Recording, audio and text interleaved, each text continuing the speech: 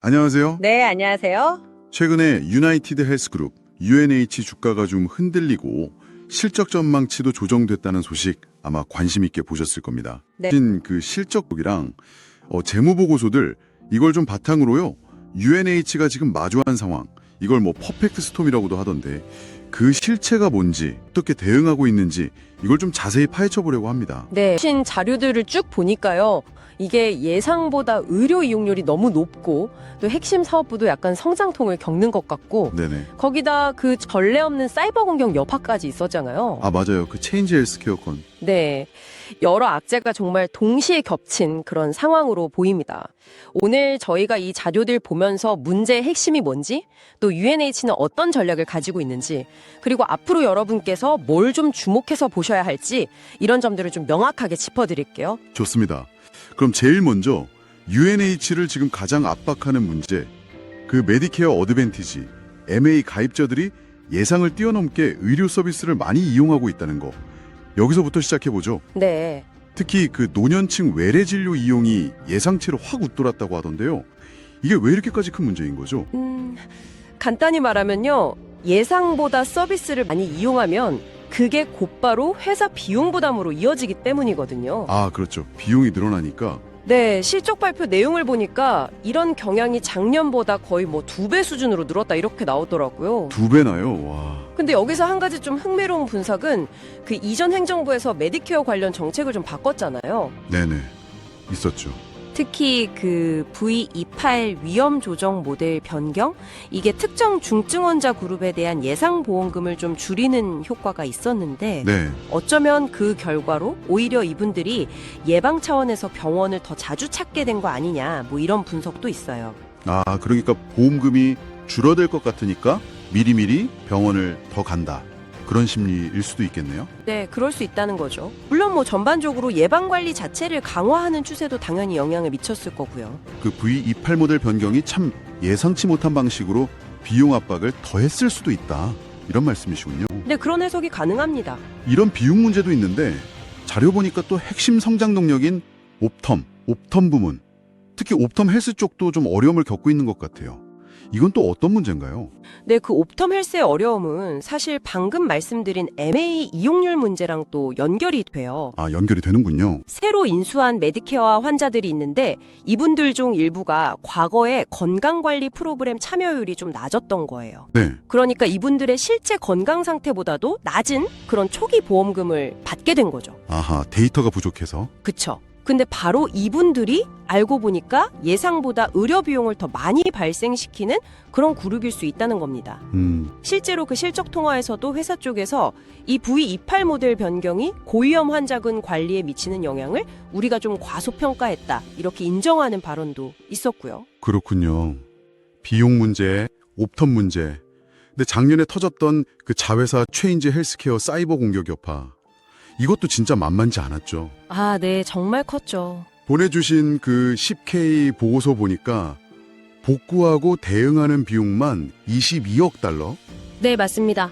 그리고 사업 차질로 인한 손실도 거의 뭐 8억 7천만 달러 가까이 되던데요. 숫자가 정말 천문학적이네요. 네, 직접적인 비용만 그 정도고 여기에 거의 뭐 1억 9천만 명에 달하는 개인정보가 유출됐을 가능성까지 제기됐잖아요. 1억 9천만 명이요? 네, 그러니까 이게 그냥 돈 문제만이 아니라 회사 평판 리스크까지 같이 떠안게 된 그런 상황인 거죠. 단기 재무제표에도 당연히 상당한 영향을 미쳤고요. 비용 압박 심하지. 옵텀도 좀 삐걱거리지. 거기다 사이버 공격 후폭풍까지. 진짜 뭐 동시다발적인 위기 상황 같은데요? 그렇죠. 여러 가지가 한꺼번에 터진 거죠. 이런 상황에서 회사가 당장 내놓은 대응책은 뭐였나요? 네, 일단 가장 눈에 띄는 건 현실을 좀 받아들여서 4월하고 5월 두 번에 걸쳐서 실적 전망치를 낮췄다는 겁니다. 네, 그건 저도 봤습니다. 그리고 운영 면에서는 아까 말한 그 참여도가 낮은 환자들 있잖아요. 이분들을 좀 더 적극적으로 관리하고 뭐 재택이나 퇴원 후 관리 같은 걸 강화하고 또 신규 환자 건강 상태를 처음부터 좀 더 면밀히 재평가하고 뭐 이런 조치들을 하고 있다고 밝혔습니다. 관리 강화.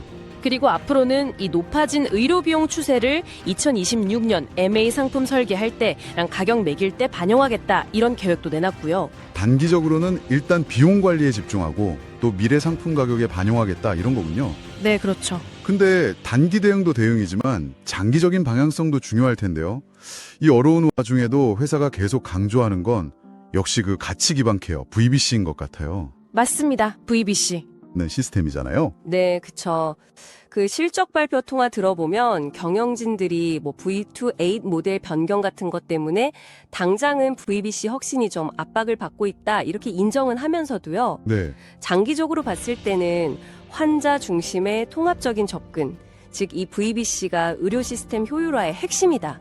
이렇게 보고 투자를 계속 하겠다. 이런 의지를 굉장히 강하게 보이더라고요. 아, 단기적으로 좀 힘들어도 장기적인 방향은 VBC로 확실히 잡고 간다. 네.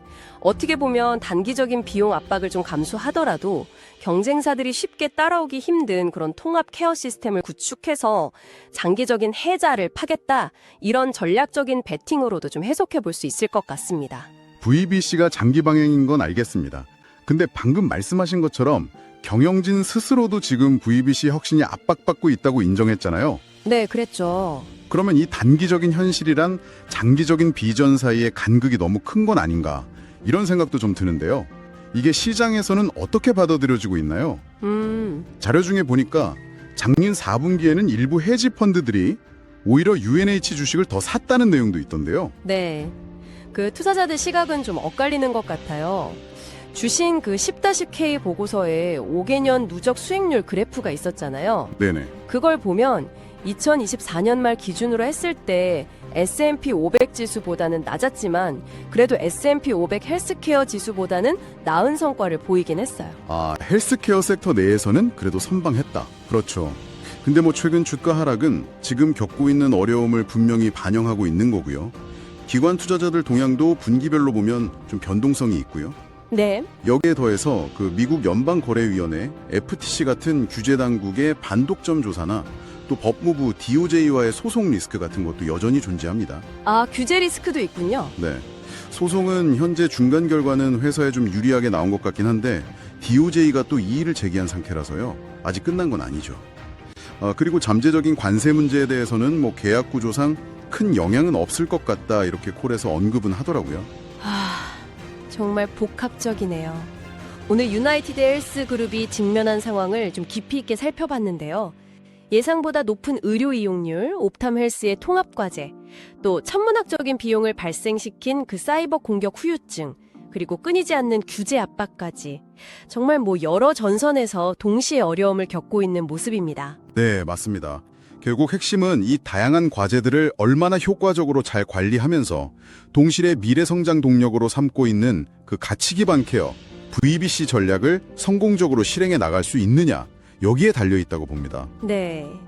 단기적인 실적 압박을 잘 이겨내고 이 VBC 모델의 성과를 정말 증명해낼 수 있을지 그게 이제 관건이겠죠. 오늘 분석이 여러분의 이해를 돕는데 좀 유용했기를 바랍니다. 그런데요, 이 모든 내부적인 과제들 외에도 자료들을 보면서 곳곳에서 좀 감지되는 게 있었어요. 네, 어떤 건가요? 바로 UNH의 규모, 그 자체에 대한 규제 당국의 아주 날카로운 시선입니다. 아, 규모의 문제. 네, 옵텀이랑 보험 사업을 결합한 거, 이게 VBC의 기반이기도 하고 UNH의 핵심 경쟁력이잖아요. 그렇죠. 근데 바로 그 점 때문에 반독점 조사의 표적이 되고 있는 거고요. 양날의 검이네요. 네. 어쩌면 UNH의 가장 큰 미래 리스크는 지금 눈앞에 보이는 이런 경영상의 문제들이 아니라 이 거대한 통합 모델 자체를 과연 앞으로도 계속 유지할 수 있을 것이냐 하는 더 근본적인 질문일지도 모르겠다는 생각이 들더라고요. 네, 충분히 가능한 지적입니다. 다음 분석 때까지 여러분도 한번 이 점에 대해 생각해 보시면 어떨까요?